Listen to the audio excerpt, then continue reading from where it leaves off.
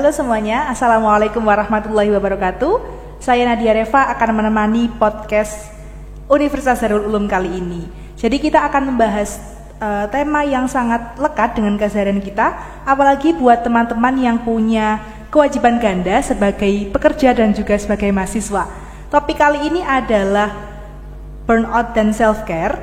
Dan untuk membahas hal ini kita sudah kedatangan tamu yang sangat istimewa yang akan kita ajak berdiskusi untuk membahas tentang ini. Selamat datang Ibu Wardatul Mufidah, SPSI, MPSI, PSI, seorang psikolog dan juga dosen psikologi Universitas Darul Ulum. Selamat datang Ibu. Terima kasih sudah menyempatkan datang di sini. Bagaimana kabarnya hari ini? Alhamdulillah luar biasa baik. Alhamdulillah. Ya. Jadi kita akhir-akhir ini sangat sering Ibu mendengar istilah burnout dan juga self-care. Kadang kita tidak tahu apakah itu kelelahan biasa atau mungkin bisa menjadi salah satu tanda burnout. Jadi mohon dijelaskan Ibu bagaimana pandangan Ibu sebagai seorang psikolog untuk burnout itu sendiri. Ya. Sebelumnya saya tanya dulu ya, enggak apa-apa ya. Silakan Ibu. Ya. Karena burnout itu kan kelelahan berkepanjangan ya, dengan waktu yang panjang. Nah, kira-kira yang dialami mahasiswa terkait kelelahan itu apa sih realitanya di mahasiswa pada umumnya? Mungkin karena time management yang belum bisa balance ya Bu, antara beberapa kewajiban itu tadi. Ya bekerja, ya tugas-tugas kuliah, apalagi ada juga yang sudah berumah tangga. Jadi bahkan double job atau triple job mungkin ya Bu. Betul, itu relate dengan mahasiswa yang ada di Universitas Darul Ulum. Iya, hampir sebagian besar ya Bu. Hampir sebagian besar mereka juga berkuliah, kemudian bekerja juga, apalagi mayoritas nih perempuan gitu kan, dan rata-rata mereka sudah berkeluarga juga, ibu rumah tangga juga. Jadi double job nih gitu kan, pasti kelelahan atau permasalahan yang dialami itu pasti nggak hanya 1, 2, 3 tapi banyak sekali seperti itu. Dan mungkin kita mulai mengenali burnout itu sendiri itu apa sih sebenarnya gitu Kak, apakah hanya kelelahan biasa atau kelelahan yang apa seperti itu gitu kan. Nah, kalau kelelahan biasanya untuk self-care pada diri sendiri mungkin dengan tidur yang cukup itu sudah healing atau sudah menyembuhkan diri sendiri seperti itu. Jadi itu cara yang paling mudah untuk menyembuhkan diri sendiri adalah dengan istirahat yang cukup. Istirahat gitu kan. Nah, mungkin juga dengan self-care yang lain, misal berbelanja atau apa, traveling gitu kan. Dengan cara masing-masing ya Bu? Dengan cara masing-masing itu kan juga dapat menyembuhkan kelelahan pada individu itu sendiri. Itu kalau kelelahan yang biasa. Nah, sekarang yang dikatakan burnout itu apa sih? Ini adalah kelelahan yang luar biasa sebenarnya, yang manifestasinya melibatkan apa saja sih, dari aspek kognisi, sosial, kemudian emosional juga seperti itu. Nah, itu yang memperparah keadaan kelelahan seorang individu seperti itu gitu. Jadi capeknya itu bukan hanya sekedar capek biasa ya Bu ya, tapi lebih ke capek mentalnya, bukan hanya sekedar fisik yang ditidurkan terus selesai. Betul. Jadi lebih yang ke kesehatan mentalnya. Kesehatan mentalnya. Jadi tidak hanya berpengaruh pada fisiknya saja, tapi juga pada mental dari seseorang itu sendiri. Nah, munculnya dari mana sih si burnout itu? Itu tadi, karena kapasitas manusia itu kan memang terbatas ya, gitu kan. Tapi mereka harus siap nih untuk menerima atau permasalahan yang akan dihadapi. Gitu. Misal permasalahan ekonomi mungkin, kemudian permasalahan sosial, belum lagi tadi katanya ada permasalahan dalam keluarga, kesehatan gitu kan, banyak banget, numpuk pekerjaan dan sebagainya. Sedangkan kapasitas kita kan terbatas ya, kita bukan robot gitu kan, dan itu ya akhirnya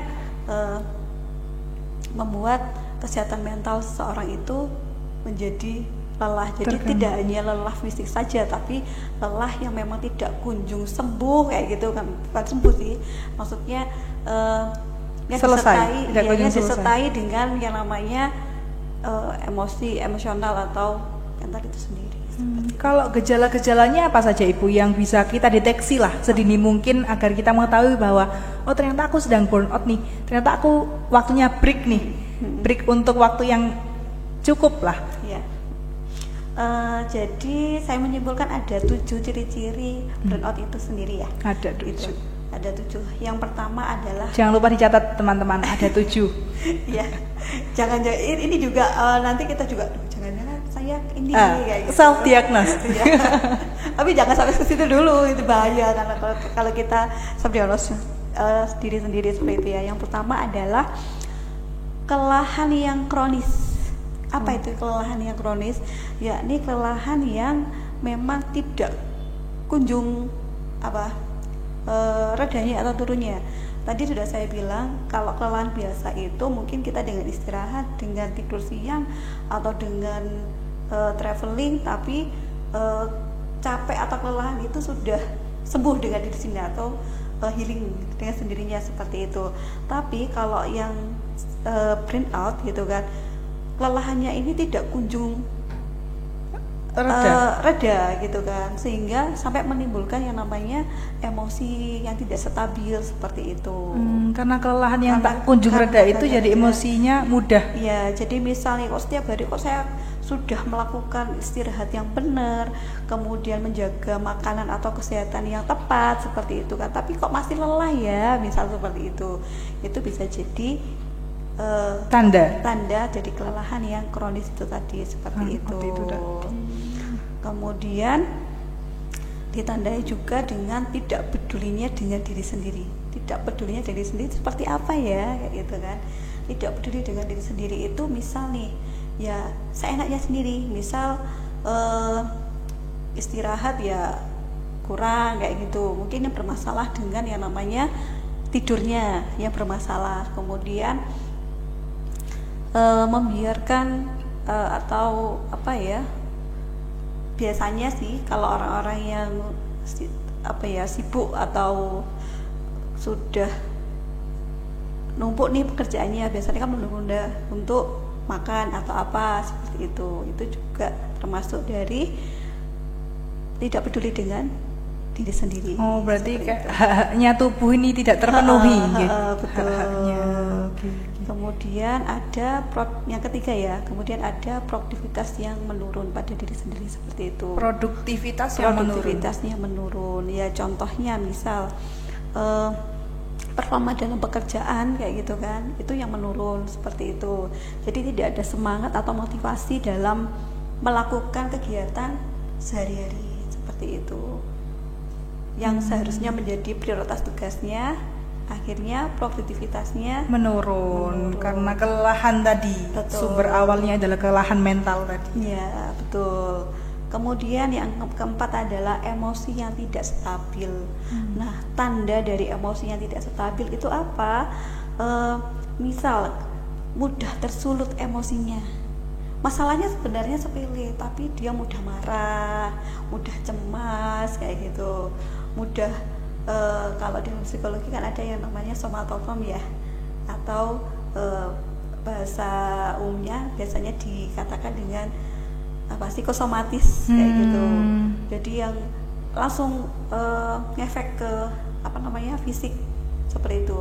Misal nih, entah itu dia pusing, mual atau apa, itu juga termasuk manifestasi dari emosi yang tidak stabil seperti jadi itu. Mudah tersulut emosi. Mudah. Padahal biasanya tidak seperti biasanya ya, Bu. Ya, tapi betul, tidak seperti biasanya. Sebenarnya masanya sepele sih kayak gitu kan. Tapi ketika ada sesuatu yang tidak berkenan di individu tersebut, diperpanjang jangan ya, meledak seperti itu, meledak dengan karena sudah tertumpuk ya Bu, mungkin gitu. Iya, betul. Iya. Ya, kalau capek juga kayak gitu nih, tapi mungkin untuk burnout ini lebih karena itu tadi melibatkan yang namanya emosional itu tadi gitu ya. Ya. Selanjutnya ada lagi Bu? Ada. Jadi dia merasa gagal. Jadi apa yang dilakukan, apapun yang dikerjakan, dia merasa belum ngapa-ngapain. Bukan belum ngapa-ngapain, dia merasa gagal, kayaknya nggak bisa dia melakukan ini gitu kan. Padahal dia bisa seperti itu, tapi penilaian pada dirinya sendiri itu yang minim kayak gitu. Jadi dia merasa gagal terus seperti itu. Oh, belum puas gitu dengan usaha yang dilakukan selama ini. bukan belum puasnya, tapi dia merasa tidak mampu untuk melakukan pekerjaannya misal. Jadi apapun itu dia merasa kegagalan itu selalu dirasakan seperti itu gitu. Jadi selalu merasa gagal atas usahanya. Atas usahanya. Kemudian yang keenam adalah menarik diri. Menarik diri dari lingkungan sosial. Jadi cenderung untuk menjauhi. Jadi menjauhi withdrawal gitu kan. Jadi dia sengaja untuk memang menutupi akses dengan mungkin teman-temannya atau lingkungannya seperti itu. Jadi kebanyakan nih, misal, makanya harus hati-hati ya, orang-orang yang kayaknya sekarang juga banyak yang mengalami ini. Jadi mereka lebih nyaman di rumah aja nih kayak gitu kan, seperti itu. Daripada bersosial dengan orang-orang di luar. Karena kadang ada dalih introvert, Bu. Kadang aku introvert, nanti kalau kadang jiwa introvertku sudah ini nih, extrovertnya udah hilang, sudah habis waktunya. Ya jangan-jangan itu salah satu tanda untuk menarik diri kan ya. Karena tidak baik ya Bu, dengan dalih apapun menarik diri dari lingkungan sosial tidak dibenarkan. Ya karena ini kan manusia itu adalah makhluk sosial. Itu tadi. Jadi ya harus ngapain sih kayak gitu kan. Nah kalau ada penarikan diri atau withdrawal itu tadi, itu juga salah satu ciri-ciri dari burnout tersebut seperti itu. Gitu. Dan ini yang terakhir, ini yang paling membedakan atau yang paling buat tanda bahwa orang ini memang terkena burnout. Yani apa? Kehilangan harapan atau keputusasaan. Nah, ini yang paling berbahaya. Kehilangan harapan. Jadi kayak hopeless tidak punya harapan seperti itu loh. Itu yang paling nggak tahu mau ingin apa gitu kan. Itu kan bahaya, sehingga seseorang tidak bisa produktif pada yang namanya diri sendiri. Kemudian dia tidak dihargai orang lain, bisa jadi Bu, karena tidak tahu mau kemana. Jadi jadi dia kan juga merasa kurang dihargai orang lain kan, ketika dia merasakan hal ini gitu. Nah, kalau sudah merasakan yang nomor 7 ini gitu kan, ini perlu yang namanya perlu bantuan dari profesional. Jadi dibutuhkan penanganan intensif dari ahlinya ya Bu. Karena orang yang putus asa itu adalah ciri-ciri dari orang yang depresi.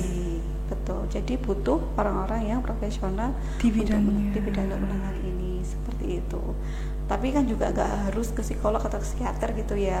Mungkin ke orang yang lebih yang dipercaya oleh individu tersebut dalam menangani permasalahan yang dialami. Jadi tidak harus melulu ke psikolog atau betul, seperti itu.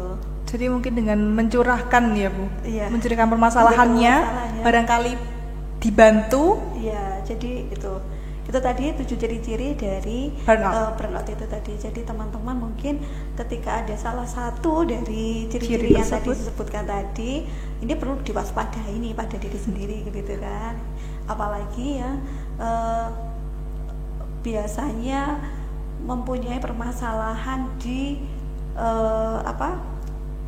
faktor istirahat atau tidurnya nih gitu yang kan. kurang berkualitas barangkali istirahatnya gitu. Biasanya kan orang itu kan susah untuk mengawali tidur seperti itu, atau tiba-tiba tidur cuma beberapa jam kemudian kebangun terus nggak bisa tidur lagi. Nah itu kenapa kayak gitu kan. Perlu dipertanyakan kepada diri sendiri Bu ya. Seperti itu, karena tubuh ini kan juga butuh yang namanya istirahat seperti itu untuk menjaga kesehatan mental tadi agar tidak burnout tadi Bu ya. Betul. Itu 7 dari ciri-ciri dari burnout. Oke. Dan membahas tentang burnout ini pasti berkaitan dengan yang namanya self care ya Bu. Iya. Jadi agar tidak burnout kita harus melakukan self care. Self care ada banyak sekali macamnya Ibu, tapi mungkin definisi dari self care itu sendiri atau mungkin hal-hal yang sangat berarti lah dari self care itu sendiri apa ya Bu? Self care itu kan penolong ya sebenarnya. Menolong siapa sih? Yang bisa menolong ketika kita dapat permasalahan atau apapun itu sebenarnya kan adalah siapa? Diri sendiri kayak gitu. Kadang orang itu hanya butuh didengarkan saja, iya kan? Sesimpel didengarkan saja. Sesimpel itu kayak gitu.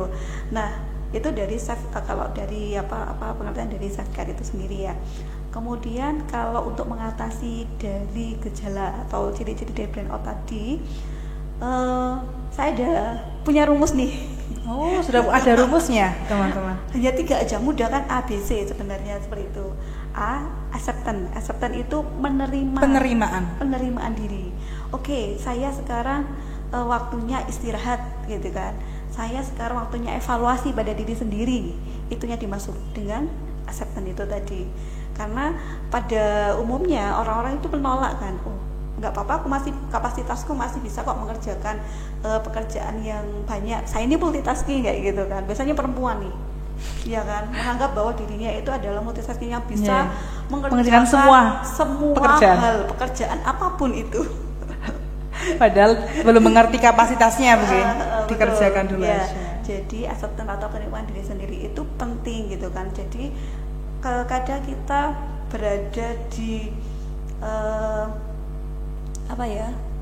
titik, bukan koma, paham ya? Titik. Kadangnya titik. Seharusnya ini masih koma-koma nih gitu kan. Tapi titik itu juga diperlukan gitu kan. Titik itu untuk apa sih? Untuk evaluasi diri sendiri dan untuk biar ini yang namanya mental tubuh ini gitu kan bisa beristirahat seperti itu. Jadi berhenti sejenak ya, Bu. Berhenti sejenak seperti itu. Acceptance. Selanjutnya A tadi A ya. Sekarang B. B itu buat prioritas. Oke. Jadi kita punya yang namanya goal setting gitu dalam kehidupan kita. Misal pekerjaan kita mungkin kan banyak ya. Oke, tadi kalau mahasiswa kan tadi ada mungkin tugas kuliah, kemudian yang kalau ditambah bekerja ada tugas yang namanya tugas pekerjaan gitu kan. Belum lagi yang berumah tangga mungkin gitu kan. Permasalahan rumah tangga pasti lebih rumit. Oh gitu ya. Kadang sih, karena saya juga belum tahu. Ya, nah itu gitu kan. Jadi kita buat prioritas sehingga apa yang kita kerjakan ini nanti mana sih yang lebih penting? Yang harus didahulukan untuk diselesaikan. Yang mana seperti itu. Misal, oh ini ada tugas kuliah yang harus dikerjakan nih gitu kan. Sudah ada biasanya teman-teman mahasiswa itu kan kalau mengerjakan kan SKS. Sistem kebut semalam. Gitu kan. Itu masih dikerjakan lumayan, tapi ada yang prokrastinasi gitu kan. Yo wes nggak dikerjakan lama gitu kan, sampai kita di dosennya seperti itu. Nah itu kan jadi tidak prioritas lagi gitu kan. Jadi tentukan atau buat prioritas itu, buat goal setting dalam kehidupan. Skala prioritas, Bu ya. Skala prioritasnya. Jadi yang mana harus didahulukan, yang mana di nomor 2 kan. Jadi benar-benar nanti akhirnya tersusun nih gitu kan. Oh yang harus saya kerjakan mana dulu, kemudian oh ini nanti sekian. Akhirnya ya meskipun kita berusaha untuk multitasking itu tadi ya, akhirnya yuk terkejar semua seperti karena itu. Sudah berdasarkan prioritasnya tadi. Betul. Itu A, B ya B. tadi. Sekarang C. C ini cari teman. Oh, cari teman. Cari teman. Cari teman itu tujuannya untuk apa sih? Untuk kita bisa sharing. Nah, berbagi, Bu ya. Berbagi. Dan itu jarang dilakukan oleh banyak orang. Karena merasa kurang percaya atau kurang seperti itu. Jadi yang dibutuhkan adalah cari teman. Ingat, manusia itu adalah makhluk sosial. Kita butuh yang namanya bantuan dari orang lain. Seperti itu.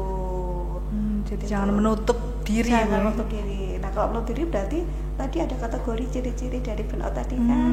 Menarik dari lingkungan sosial tadi, seperti itu. Jadi cari teman. Kemudian teman ini yang nyata ya, bukan yang maya. Iya, bukan yang maya. Bahaya nanti yang maya menimbulkan masalah baru. Iya. Kadang ini kita juga dibutuhkan puasa sosial. Puasa media sosial. Puasa sosmed. Nah, ini menarik gitu. Juga ini, Bu. Kadang kan dibutuhkan untuk itu. Kenapa? Kadang sosmed itu juga membuat pengaruh yang misalnya membuat orang menjadi insecure atau apa seperti itu kan. Gitu. Karena memang sekarang standarisasi juga ada di media sosial ya, Bu. Iya, betul. Hal-hal yang mungkin nggak perlu digapai juga kita pingin gapai karena media sosial itu tadi. Jadi mungkin detox itu ya, Bu. betul. Jadi detoxnya itu media sosial. Dan itu juga diperlukan gitu kan. Juga bagian dari self care ya Bu. Betul, itu detox juga, media ya. sosial. Wow. Kemudian itu dia sudah ABC kan. Itu paling mudahnya untuk mengatasi yang namanya gejala dari burnout itu gitu kan. Tapi kan sebagai manusia kita juga bisa menambah wawasan nih kayak gitu kan dengan mindfulness gitu. Mindfulness itu mungkin menambah sesuatu yang positif yang membuat kita menjadi orang yang lebih produktif kayak seperti itu. Kemudian jangan lupa forgiveness. Forgiveness. Apa itu Bu? Forgiveness itu memaafkan. Kadang orang yang mengalami kecemasan, ansietas seperti itu kan datanya dari mana sih? Dari hati, dari diri sendiri kan. Nah, karena ada yang ganjal ya, bukan ada yang ganjal. Ada permasalahan itu tidak ditimbulkan dari orang lain loh, tapi dari mana? Diri sendiri. Dari diri sendiri. Makanya kita harus bisa memaafkan diri sendiri seperti itu. Sebelum kita memaafkan orang lain nih, kadang kan ketika ada suatu permasalahan yang yang muncul gitu kan, orang itu selalu pasti mencari kesalahan itu pasti dari orang lain. Oh ini gara-gara ini padahal belum tentu kayak gitu kan. Jangan-jangan penerimaan kita yang kurang gitu. Jadi yang pertama adalah forgiveness, memaafkan diri sendiri. Seperti itu. Memaafkan diri sendiri sangat penting ya Bu. Iya betul. Penerimaan akan diri sendiri juga sangat penting. Kalau tadi yang Asep tadi kita juga menerima warning yang sudah kadang-kadang tubuh kita capek, kadang kan ada warningnya Bu ya. Iya. Kita harus menyadari hal itu ya Bu. Iya, jadi kalau istirahat bukan sudah di warning tapi kita tetap iya. Nah itu kan biasanya kendalanya orang-orang yang punya kapasitas atau prioritas yang ini harus selesai nih gitu kan, atau motivasi yang berlebih, yang ambisius bisa seperti itu, akhirnya tertutuplah atau hak-hak tubuh tadi tidak terpenuhi ya Bu, untuk istirahat, untuk healing. Betul. Bahkan istirahat pun bukan hanya istirahat secara fisik ya Bu, harusnya ya, secara mental juga. Nah tadi kan sudah nih banyak, pada ujungnya itu kemana sih kayak gitu kan. Oke kita sudah istirahat sudah, tapi kok masih lelah kayak gitu kan. Kita sudah melakukan refreshing, kalau teman-teman healing, ngomongnya healing gitu. Padahal healing itu penyembuhan. Loh berarti kan sakit ya. Ya berarti ini gitu. salah penggunaan kosakata ya Bu. Iya harusnya refreshing aja refreshing gitu kan. Ya. Kalau self healing kan berarti orang yang sakit. Ya sakit. Penyembuhan diri ya gitu. Benar-benar karena ini berarti kesehatan mentalnya terganggu, makanya butuh healing kayak gitu kan. Padahal kita refreshing ya. Nah itu kan tadi sudah dilakukan, misal ya acceptance sudah, kemudian buat prioritas pekerjaan apa yang harus dilakukan sudah, kemudian cari teman juga sudah kayak gitu. Tapi masih merasa kok aku masih lelah, masih gini ya, masih motivasi hidupku kok masih kurang gimana gitu kan.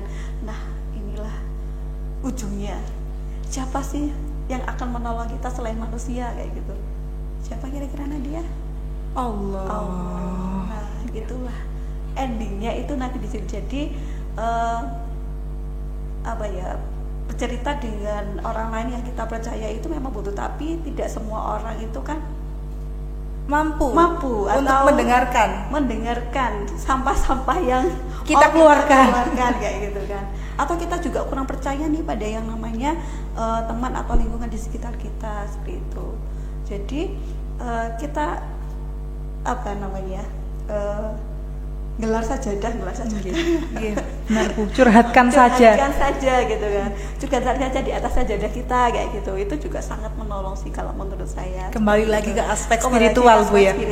Karena ketika orang spiritual yang juga kuat, insya Allah tidak akan mengalami burnout. Dan itu yang saya alami juga, itu yang luar biasa membantu kehidupan saya selama ini kayak gitu kan. Oke saya nggak punya siapa-siapa nih, teman-teman sudah nggak ada misal seperti itu ya. Kalau dulu zaman kuliah kan masih yang banyak teman yang banyak support sistemnya kayak gitu, entah teman kuliah, entah itu siapa ya orang yang kita percayai gitu kan. Tapi kalau semakin kesini kan semakin merasa tidak, circle-nya semakin menyempit gitu kan. Karena sudah teman-teman juga sudah banyak ada kesibukan sendiri gitu kan. akhirnya kembali laginya kemana kayak gitu. Tempat pulangnya pulangnya kemana gitu tadi. Tempat datang dan pulang. Dan itu yang sangat menolong manusia atau individu itu yang terkena suatu permasalahan atau mental yang terganggu itu tadi. Sebenarnya seperti itu Bu ya. Segala permasalahan akan kembalinya ke situ kayak gitu. Makanya harus acceptan itu tadi kan, penerimaan diri seperti penerimaan diri, penerimaan takdir. Terkadang kita juga belum bisa menerima takdir yang kita jalani, itu juga akan mengganggu kesehatan mental kita ya Bu. Betul. Karena tidak ada penerimaan diri sendiri. Saya juga punya ini ya, maksudnya kayak prinsip seperti ini. Kalau mungkin permasalahannya datang dari manusia atau dari kita sendiri, itu kan yang bisa mengusahakan kan kita. Bagaimana kita menjadi orang yang baik dan tidak menyakiti orang lain gitu kan. Tapi kita juga harus siap yang namanya kalau takdir dari Allah itu kan kita tidak bisa menghindari kayak gitu. Bisa memperkirakan juga. Entah kapan datangnya, hari ini atau besok atau kapanpun itu kan kita nggak bisa memperkirakan kan. Dan akhirnya ya acceptance menerima gitu seperti itu. Dan tadi kan dibahas bahwasanya burnout itu juga salah satunya adalah kapasitas manusia yang terbatas. Dan tapi kita harus tetap yakin ya Bu bahwasanya ketika ada permasalahan kita akan naik tingkat lagi.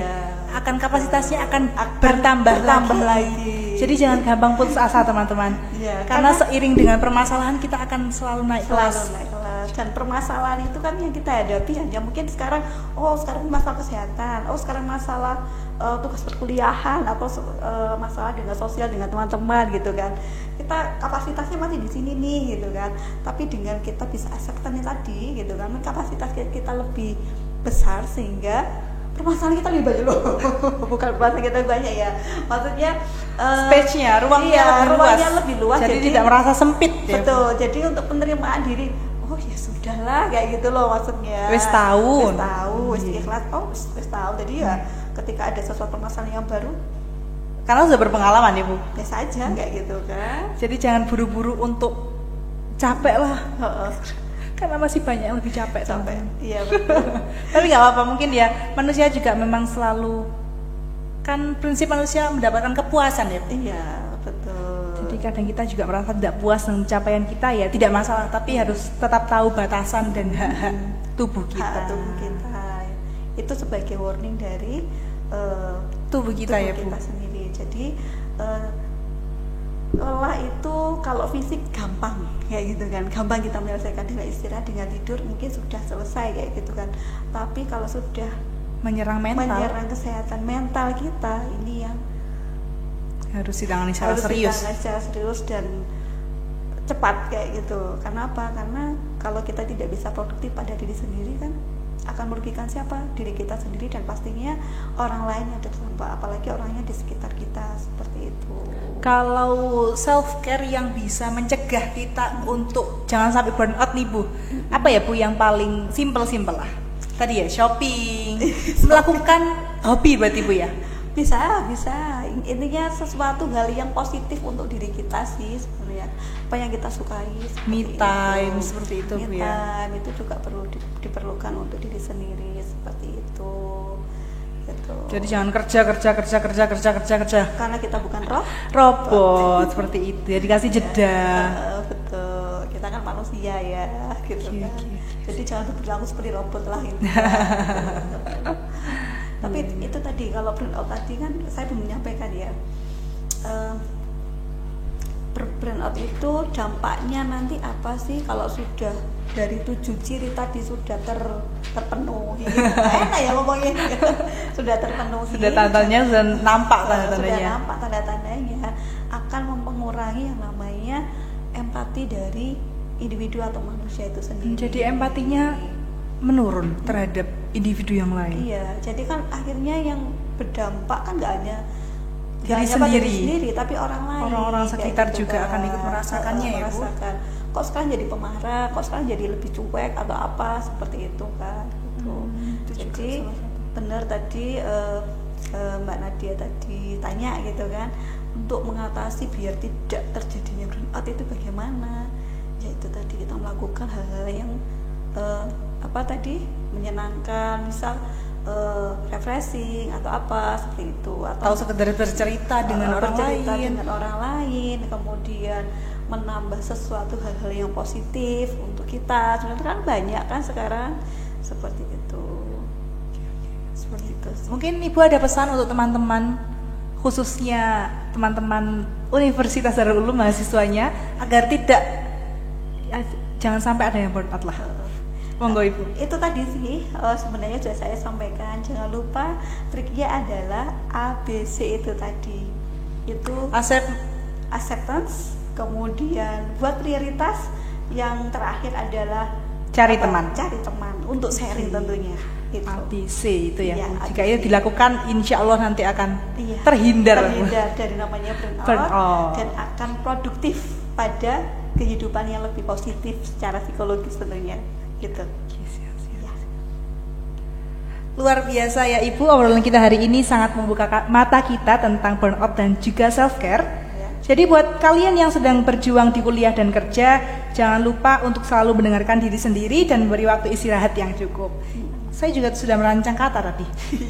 Kita semua pasti menghadapi tekanan, tapi jangan sampai lupa bahwa menjaga kesehatan mental itu adalah prioritas. Mulailah dari hal-hal kecil yang bisa membuat kita merasa lebih tenang dan sehat. Terima kasih banyak untuk Ibu Wardatul Mufidah atas insight yang luar biasa hari ini. Dan buat kalian yang masih penasaran atau ingin mendalami topik lebih lanjut, jangan lupa subscribe di YouTube Humas Undar untuk mendapatkan lebih banyak konten seputar psikologi, pengembangan diri, dan isu-isu menarik lainnya. Terima kasih juga untuk kalian semua yang sudah mendengarkan hingga akhir. Sampai jumpa di episode berikutnya. Tetap jaga kesehatan mental dan semoga hari kalian menyenangkan. See you. Wassalamualaikum warahmatullahi wabarakatuh. Waalaikumsalam.